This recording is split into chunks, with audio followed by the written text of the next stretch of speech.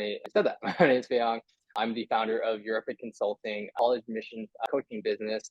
My previous experience, I worked at UC Berkeley, reviewing applications for their undergraduate program, as well as for Berkeley Haas. Representing here. And today, I'm very glad and fortunate to be joined by my colleague, Jim Wismer from IvyExperience, which is another college admissions coaching business. And what's really awesome, and I'm really excited, is that one of points of expertise, as you will probably tell throughout this presentation, is their knowledge and expertise in test prep. So namely standardized testing, SAT, ACT, and all of the development and changes that students and parents really need to know as we're heading into this new age of college admissions. So I'm really excited for Jim to share some of the data and trends that he's noticing on his end. So with that, I think we can get into the first slide. So some of this might sound a little familiar from maybe previous presentations that I maybe have posted, but at a high level, what is the point of standardized testing? Well, first and foremost, it is in admissions, it's used as an indicator of student success. But what does student success mean? That is such a broad and generic term, but for colleges and as admissions officers are looking at these data points, student success really points to three different things. One is the incoming freshman GPA. So as the freshmen that they're looking to admit, how well are they predicted to do? The second is the graduation rate, particularly the four-year graduation rate. So if we admit the student, how likely is it that they're going to enroll in our programs, choose a major, and then graduate in 4 years? And finally, something called the retention rate. And what is that? Is the likelihood of the student staying at our college rather than dropping out or transferring out for whatever reason. And standardized tests are indicators in all of these different areas. And then the second point, the third-party validation. This is baked into the name. Testing is standardized. All students across the world are taking this same test or a very similar version of this test. So you can see across all these different demographics, all these different communities, how students are going. Third, being local context. And in our last seminar, we walked through an example application. And then one of the things we talked about is the school profile. And similarly with seeing how the GPA spread for students over a certain school. Schools will also share how these students are doing on the SAT and ACT as a whole. So you can see not just how your student's doing, but how they compare to other students as well. And then this concept of holistic review. The standardized test is one factor out of many. It's an important factor, but it's by no means the single and determining factor for admissions decisions. So with that, kind of going into the next slide. And in a previous webinar, we talked about grade inflation a little bit. This is that same kind of trend in data, maybe presented in a slightly different form. The main takeaway here is that, just as a recap, since the mid 1900s, grades have steadily been increasing. And nowadays, looking at the latest data from 2022, nearly 80% of students have at least an A- in terms of high school GPA. And then showing that these students are graduating with higher GPAs. And as a result of this, it actually makes the accuracy of the GPA as an indicator of what students know and are capable of doing in college a less reliable signal, a less reliable indicator. And meanwhile, we have this kind of other trend that's going on behind the scenes, whereas these scores and standardized test scores have been staying relatively consistent. You can see that over time, the ACT score has stayed relatively the same, showing that academic ability has not really changed all that significantly over this period, which means that when you take it in tandem, looking at this data versus the grade inflation data, it sort of shows this trend that the high school GPA is exaggerating or showing a little different picture in terms of academic improvements, and it may not be all that accurate. And colleges are taking note of this as well. Admissions officers, and you can see here the Dean of Emory, are increasingly skeptical or maybe hesitant to use GPAs as an indicator of students' academic ability. And so as a result, as we'll talk about in the next slides, is they're looking at other assessment methods, for example, essays, or maybe looking at letters of recommendation as ways to complement the assessment of student ability. So here are the high level three main categories of different standardized testing policies. So one being test optional, and maybe some of you are already familiar with this method because that's honestly the main method. I think most schools fall into this category, which is students are able to take SATs and ACTs, and then they like their score enough, they can decide to send it, but if they don't send it, they won't be penalized. But these other two categories, so now for tests required, we're seeing this growing trend of schools now starting to require a standardized test. And you can see from this list some Ivy institutions, MIT, as well as Georgetown. So these are schools that decided that, hey, for our admissions officers to do the best that they can and in a way that aligns with our school's values and our school's mission, we decided that we would like to require students to submit this SAT or ACT score. And we're not going to review their application without it. And then on the other end of the extreme spectrum, you have schools that are test blind. So these are schools, most notably the University of California schools.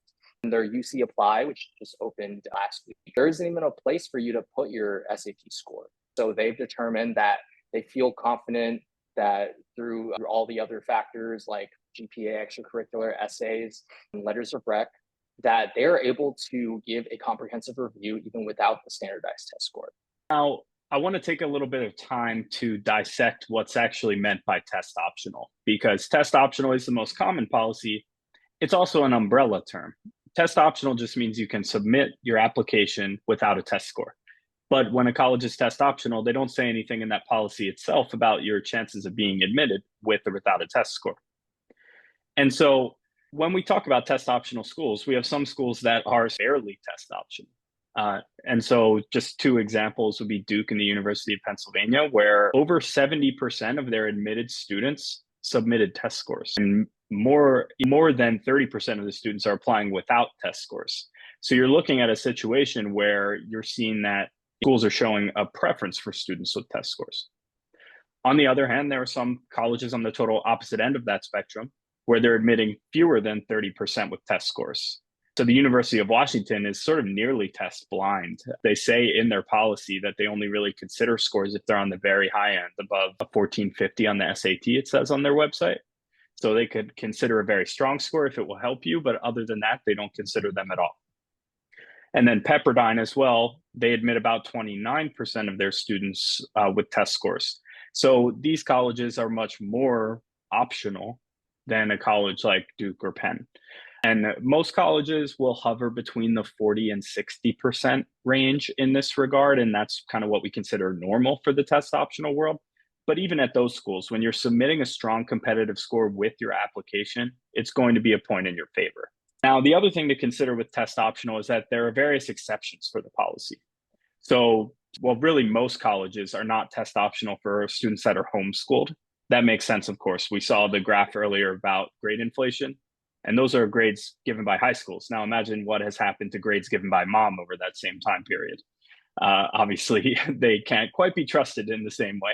Then we have certain majors or programs are often accepted from a college's test optional policy. Elon University, they are test optional except for nursing. I bring up that example in particular because we worked with a student this fall who went on a visit to Elon just to find out that applying test optional was not going to work in September of her senior year of high school. So we scrambled to put a testing plan in place. I found out this spring that she was in fact admitted to Elon Nursing, which is very exciting. But the point is you really have to dig in these test optional policies to make sure they actually are optional for you if that's the way you end up going.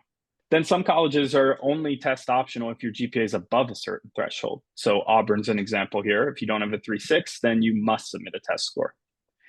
And then some colleges apply what we call imputed scores to students. And that means they use essentially an algorithm to predict the student's test score based on other factors of their application. We know that Cornell was doing this. They admitted to it shortly before they went back to requiring test scores. And we assume other colleges are doing it, but it's not something that we have positive confirmation of outside of Cornell. The point is, if one college was doing it, then it's tough for us to assume that they weren't. One piece of information that you are giving a college when you don't submit the test score is essentially admitting that it's below their average test score. Because if your test score was above their average, you'd be sending it. And so that's something to keep in mind when you choose to withhold the score from a school. So the bottom line of these test optional policies is, number one, that the strong score will still help you, as I mentioned earlier. Number two, that the more selective the schools you're interested in, the more important it is to have the score. Three, having the score expands your options both for college choice and for merit scholarships. I mentioned Pepperdine on a previous slide as being a very genuinely test optional college. They only admit about 29% with test scores. Their best merit scholarship requires test scores. So even very test optional college can be not so test optional when it comes to getting money from the school, which of course everyone wants in this day and age, and really every previous day and age. Who doesn't like free money? And then finally, if obtaining that really strong test score would just require too much time and effort that could be better spent on improving your grades, improving your extracurricular resume, and all the other things that Feiyang will be able to help you plan for, then at that point, you might want to consider just focusing on that and going for test optional and test blind colleges, because you will still have plenty of great options. My number one piece of advice when it comes to actually planning for these tests is to choose your test wisely. I believe our crowd tonight is mostly from California. And I know from speaking with California families that the SAT is way more popular than the ACT there. The thing is, and the most common question I get when I tell families, you can choose to take the SAT or the ACT and send it to college. Are you sure? And the answer to that question is yes, I am sure. Colleges truly don't have a preference between one or the other. Some communities are biased towards the SAT, mainly because that's what the parents' generation took. So the SAT historically, it's from the Midwest, and it's more popular in the Midwest and the Southeast of the US. And then the SAT was more popular in the Northeast and the West Coast. The SAT got this reputation as being preferred by the stronger colleges, but that's really just an accident of geography, because the SAT was popular in the locations where most of the strongest colleges in the US are, the Northeast and the West Coast.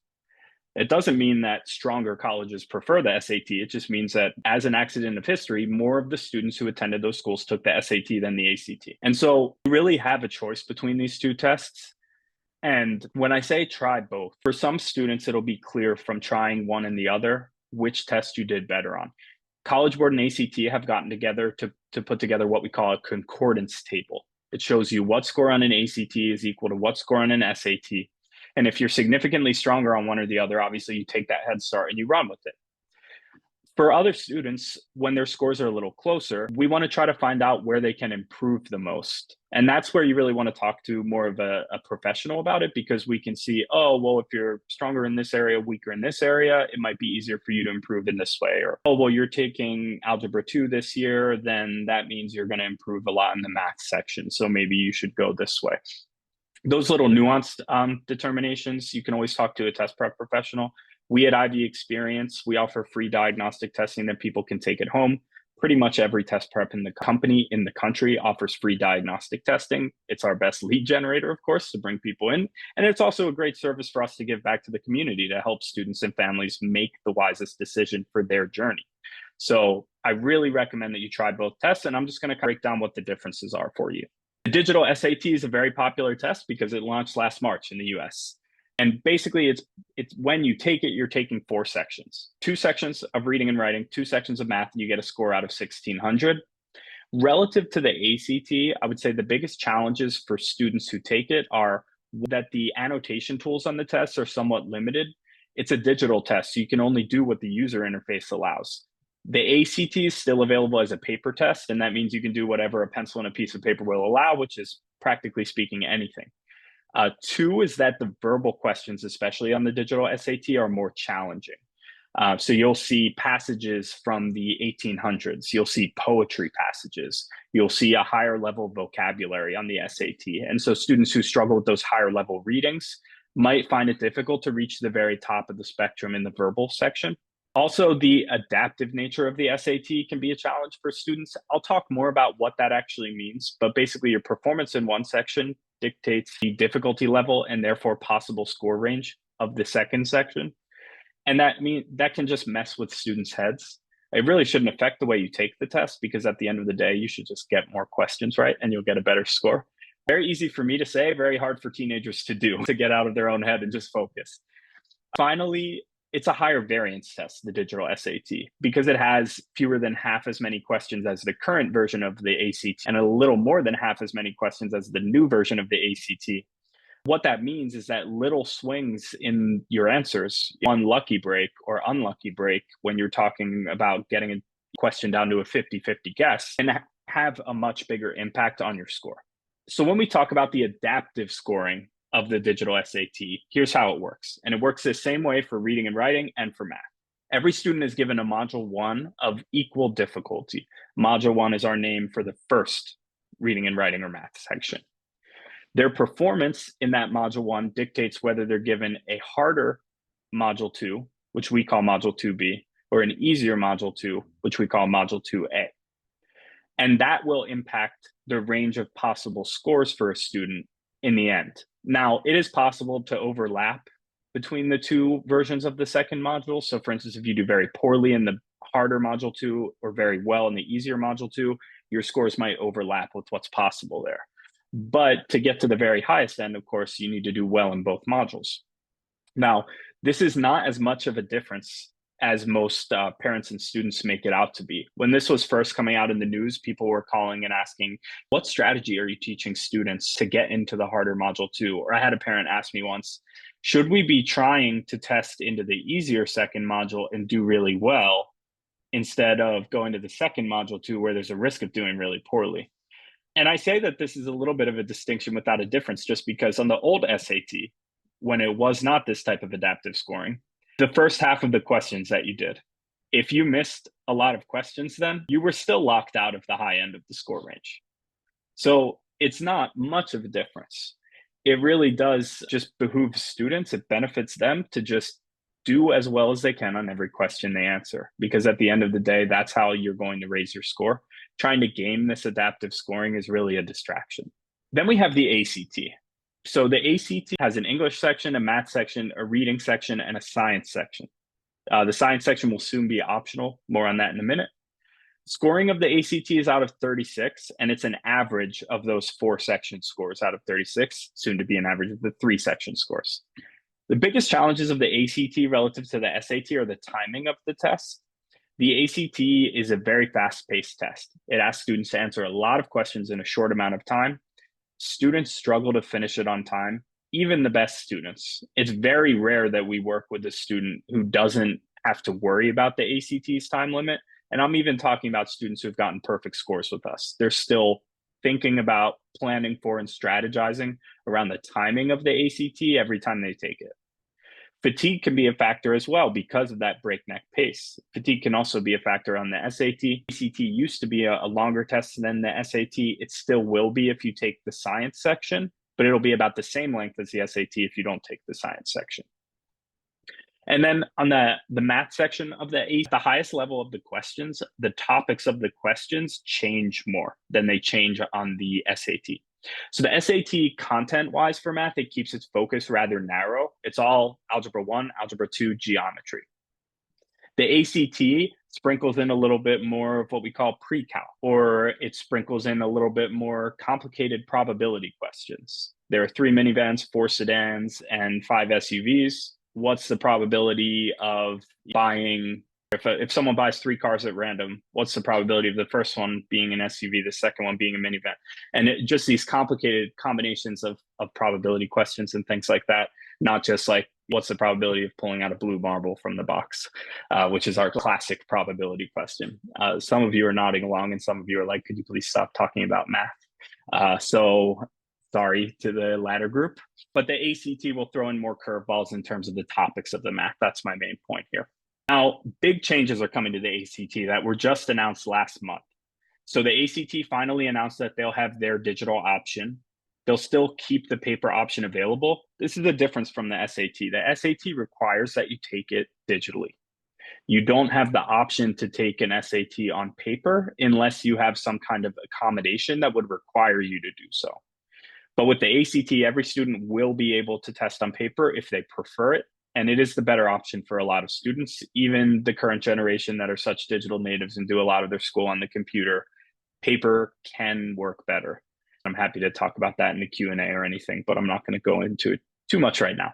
The science section of the test will become optional. It's the fourth section of the test. And then the test will become shorter with more time per question. And there'll be minor content changes to each section of the test. Now, I do have to say, as someone who has tracked College Board, which is the parent company of the SAT, and ACT, which is the parent company of the ACT, very closely over the years, definitely made these changes because students liked the experience of taking the digital SAT so much. Students really prefer digital testing subjectively. Objectively, they're not scoring better on the digital test because at the end of the day, these tests are graded on a curve. And if everyone likes it better, then it's that much easier for everyone else too, right? So it's not any easier to get a good score because it's digital, because it's normed to other students.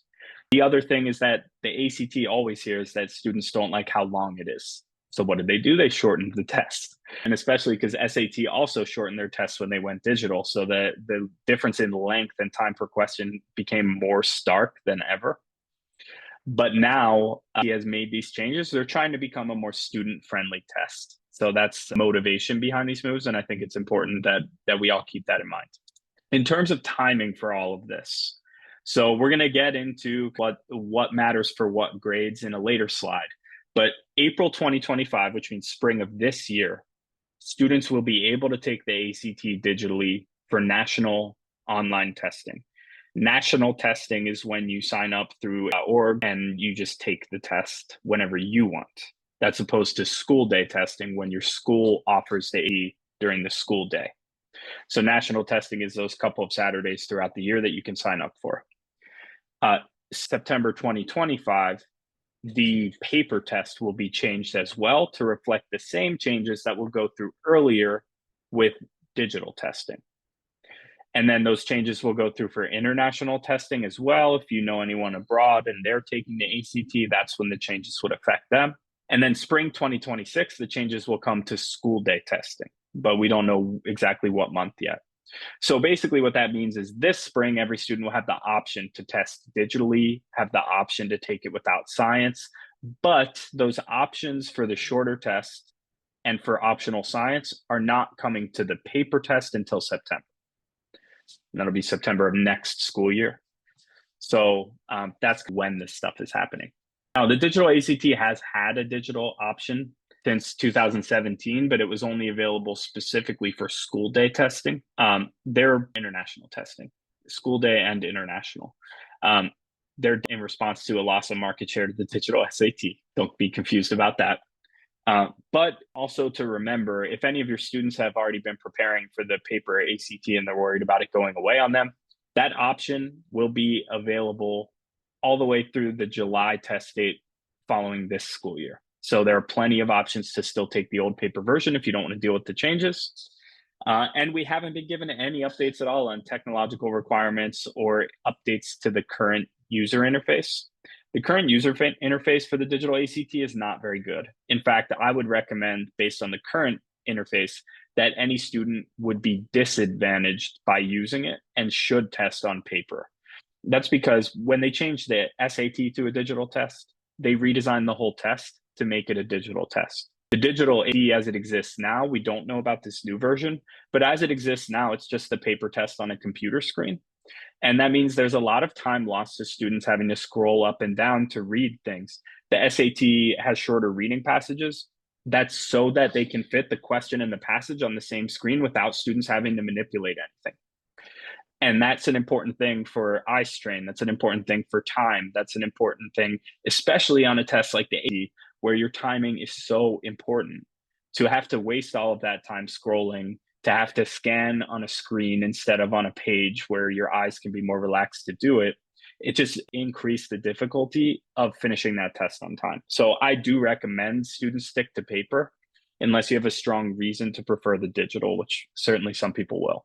In terms of how much shorter this new ACT is, it's 44 questions or 20% shorter, which is very significant. It's about the same level of significance as the digital SAT was shorter.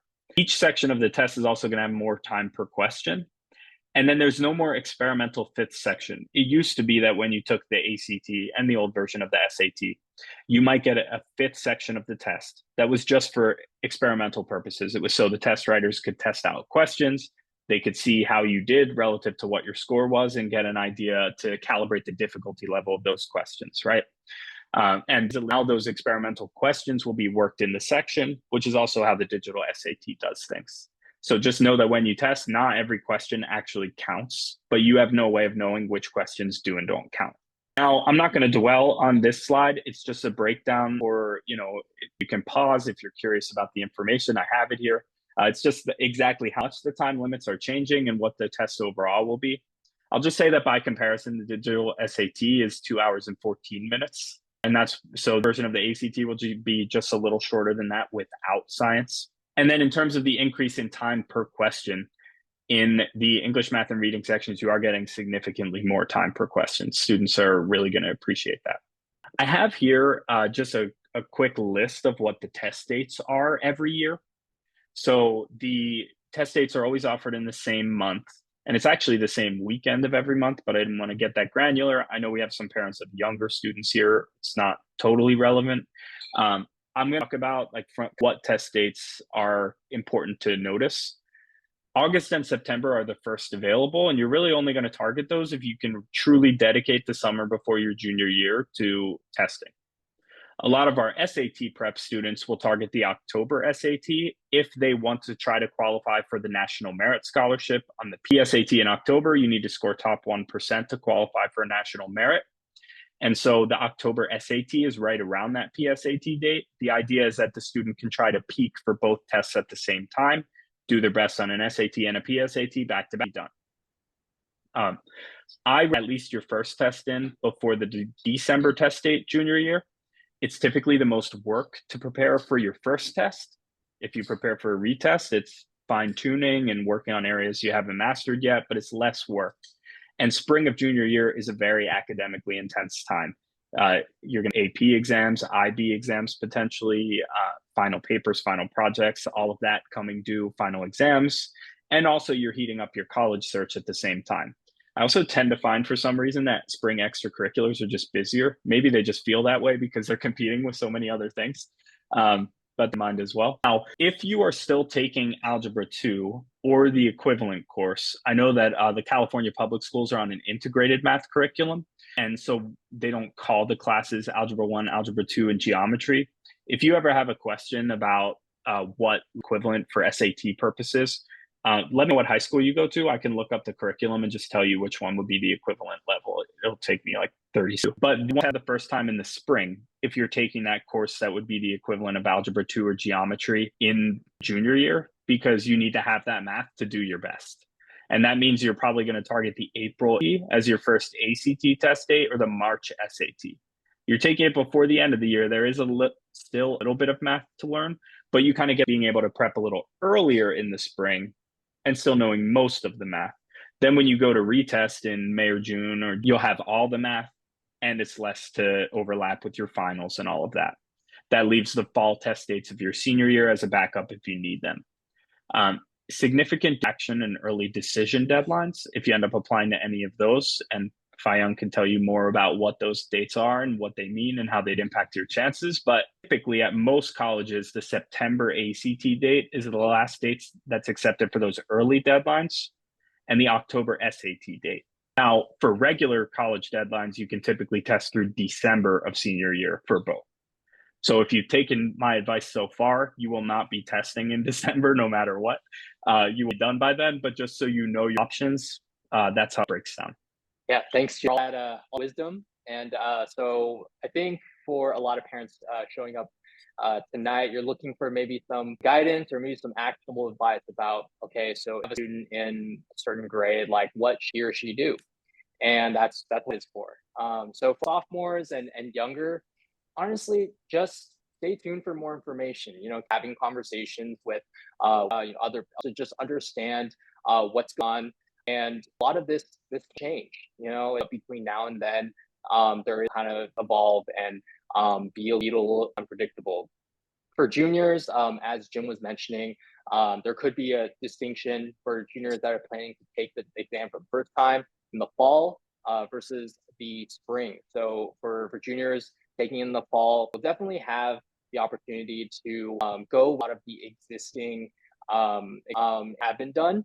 And juniors the first time in the spring, that where you particularly with the out in year. So definitely is being mentally prepared for the test format, and but also right, making sure that you're getting the most up-to-date materials, kind of conversations like Jim was mentioning, how when the digital SAT was getting rolled out, a lot of the diagnostic tests that were being shared were representative of the tests that were being in fact the first SAT were much harder than what was being shared. So being mindful and having these conversations, trying to figure out, okay, like, and but ask them, hey, did it feel like similar to the diagnostics test you took, to the practice test? What's the sense of how that is? And the science section, sign up for it until notice, until still go for it.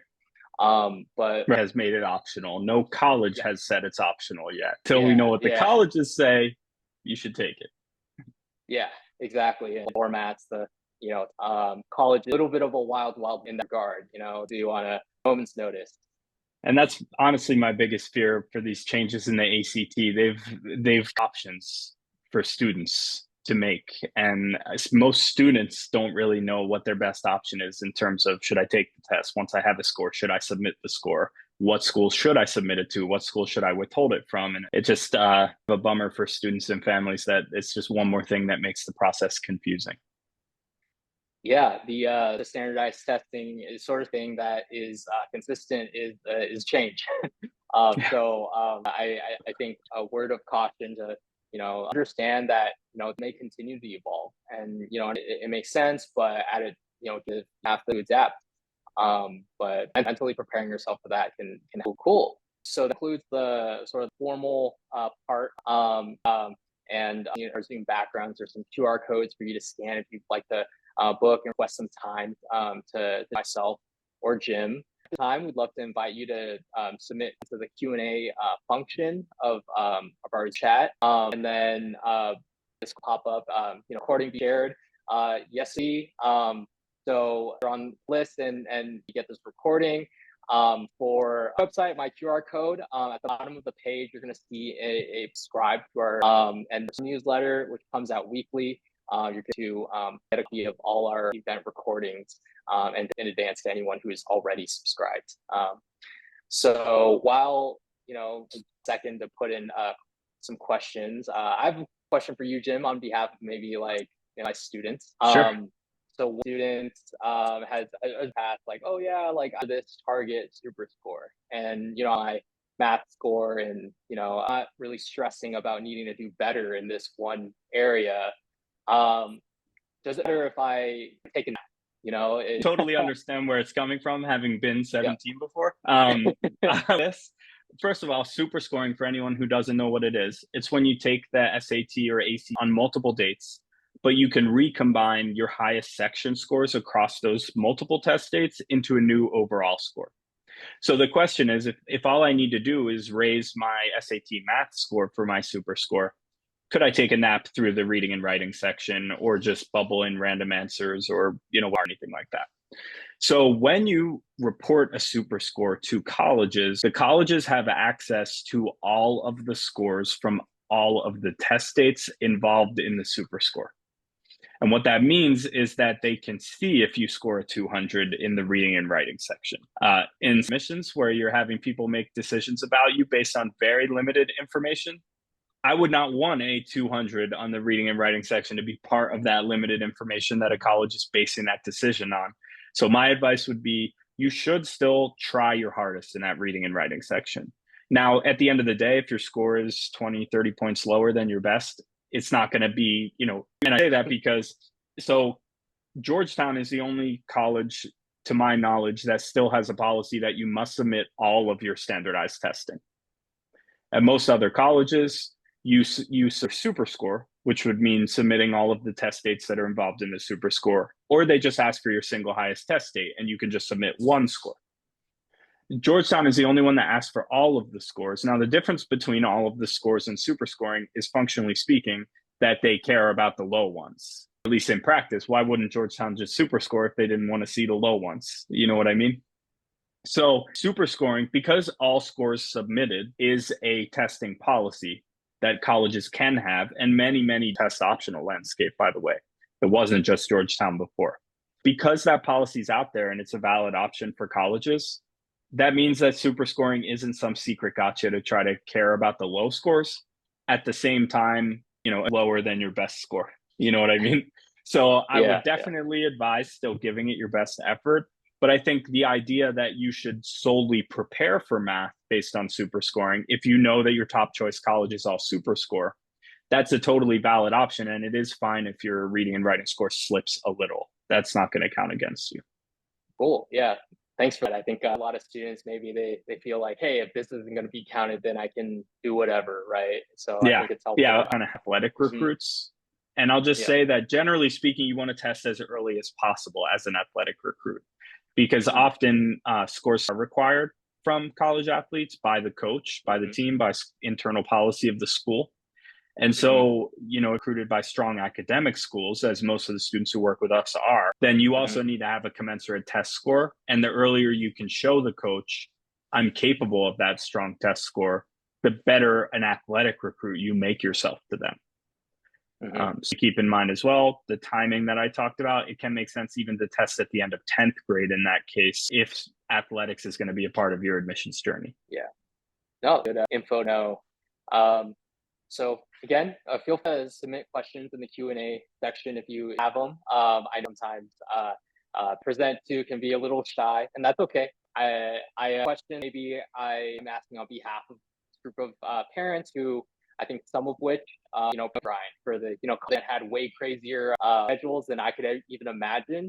In your gym, is a recommended, or, maybe over the course of a week that you'd recommend for students maybe try out and then kind of err? Yeah, good question. So I think I'll say a couple things. One, I think this is a related question. So I'll kind of, a common question I get is, how many times should I take the test? Right? Any times you should take the test is, of course, individual. So I can't give an answer that's going to be right for everyone in the room here, the virtual room. But a vast majority of our students end up testing 2 or 3 times total, largely because of super scoring, because it's just rare that a student would do their very best in both areas of the test in one shot. And frankly, when students do much better than they expect on the first time, they're usually more motivated to test again. Testing more than 3 times can definitely make sense.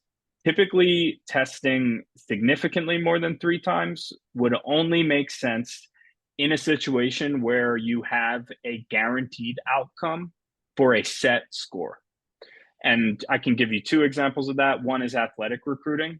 Often the coach will tell you, hey, we need you to hit, a common number that we hear for our Ivy League athletic recruits, 1450, and we can get you through admissions. Okay, well, you're taking the SAT every single test day till we hit 1450, right? That's very binary. You're in with it. You're out without it. It's your dream school. Do it. And hold it against you, because coach just says you have to hit the 1450. Admissions is looking for ways to let you in, not ways to keep you out. So they don't care if it took 20 test dates. It hopefully won't take 20 test dates. If it takes 20 test dates, fire your tutor and call me.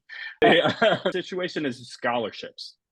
There are colleges out there that post what we call a merit grid, which shows you, based on a GPA of this and a standardized test score of this, exactly how many thousands of dollars a year you get in scholarship money. This is most common in the southern state schools. So University of Alabama has one that I show to families pretty often, where, in the ACT, I get $2,000 more a year over 4 years. For $8,000, you bet you're testing again. Right? That's a lot of money. So you can't, whatever time you would spend studying, you're not going to beat that at a part-time job. Quit your part-time job and study, and you'll make more money. Now, a schedule to get ready for the test. I think if you're preparing on your own or preparing with a tutor, because I think often we do one-on-one tutoring, so that's what I'm going to speak about just because it's what I know the best. And we try to keep things as efficient as possible for our students. So our typical rhythm is that the student would meet with the tutor for 1 hour a week. In between, they'll have anywhere from, work to complete, often including a practice test. Now, with practice testing, basically there are kind of two different things. So one is that you want to practice a little bit every day. If you were to just do test prep 1 day a week, it's not going to sink in as well as if you do a little bit every day. So maybe you do one section of the test Monday, one Tuesday, one Wednesday, something like that. On the other hand, as you get closer to your test date, it's really important to take what I call dress rehearsal tests, meaning you're taking your practice test, simulating the conditions of the real test. You're going to sit down, take your first 2 sections, get your 10-minute break to go to the bathroom and have a snack, and then take your second 2 sections. And that's really important to build up the stamina that you need for the actual test day. And that's especially important if you have students who are at all anxious about test taking. Because at the end of the day, we want to basically make test day feel like just another day in the life to whatever degree that we can. So that's typically my recommendation. I do think that if you're self-prepping using, through College Board or Khan Academy, and there is some great stuff out there on YouTube, lots of good options. Self-prep, you're going to need more time because you're not going to get the same expert advice on exactly what to work on. But I'd recommend structuring it with practice tests, meaning you have to take practice tests to see what questions you're getting wrong, and then find ways to get better at the topics on which you're missing the questions. That's a lot more straightforward in math than it is in the reading and writing section. Because math, you see a topic, you say, okay, that topic. Reading and writing, you don't know, did I get it wrong because it's a question from the 1800s? Did I get it wrong because it's a question asking me for the main idea of the passage? Did I get it wrong just because I didn't know the meaning of that word in line 3?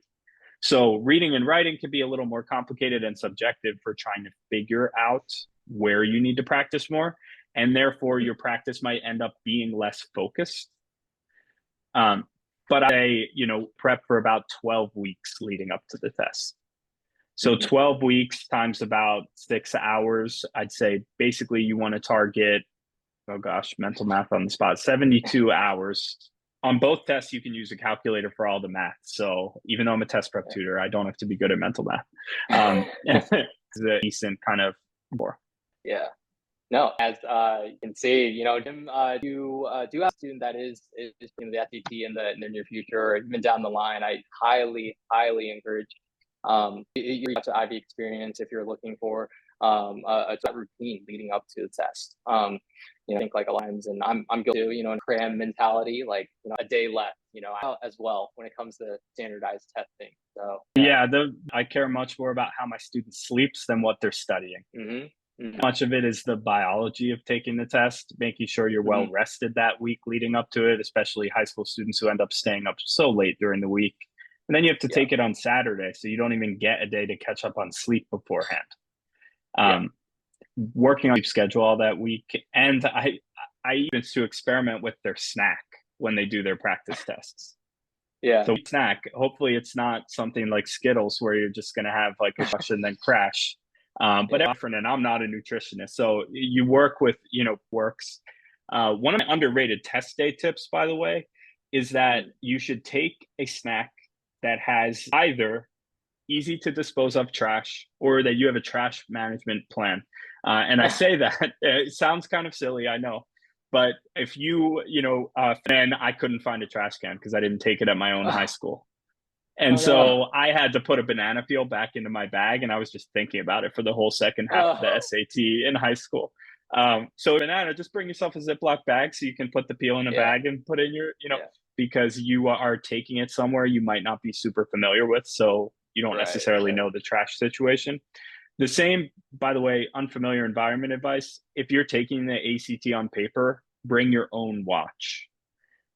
Students have clocks in the front of the classrooms at the school they attend. They typically don't think of that because every test they've ever taken, they just use the clock in front of the room.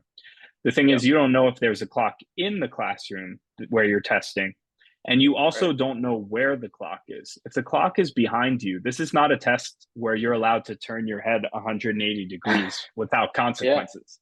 They will score if you're continually craning your neck in the direction of the person behind you.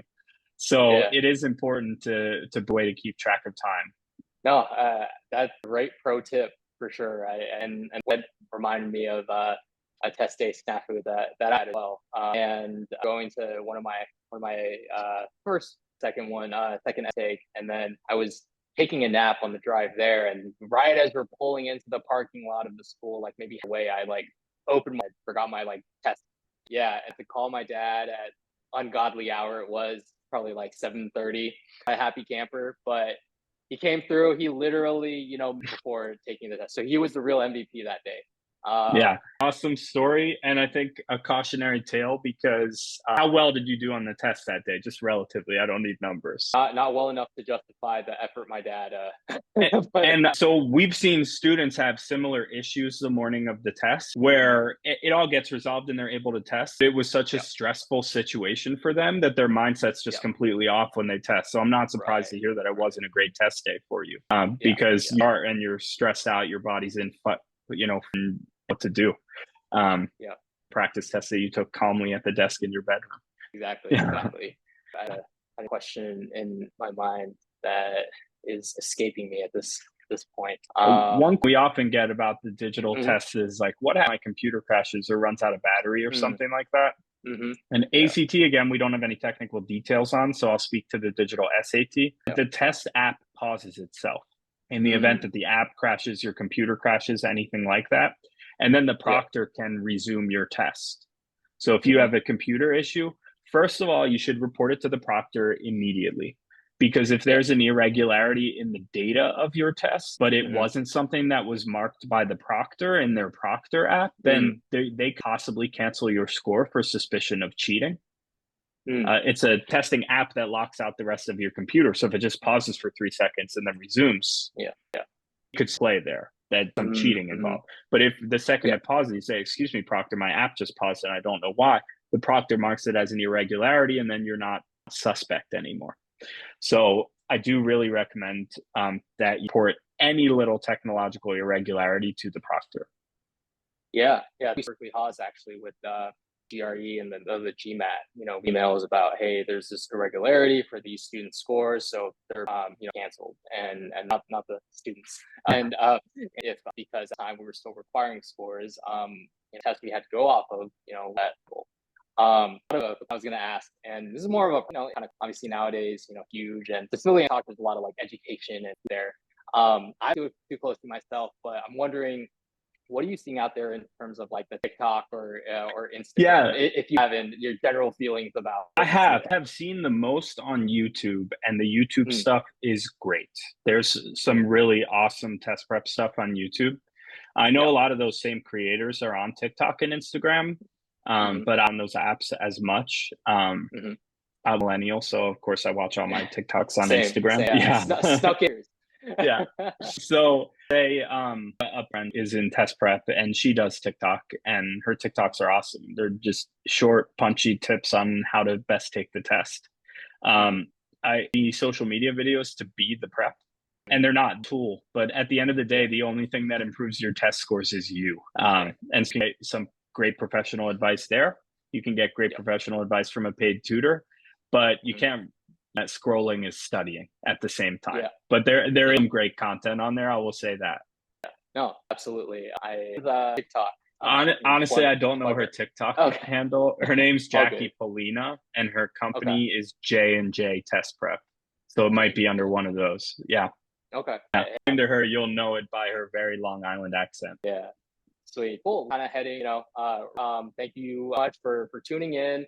Thank you for, taking this. I think, given the change that, some timely, very important conversations to be having.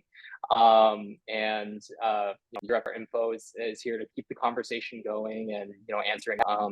Jim, any before we wrap up? Thanks for having me. And I have to say that, I in our industry and Feiyang, an infectious end to the process. So your families are very lucky to have you.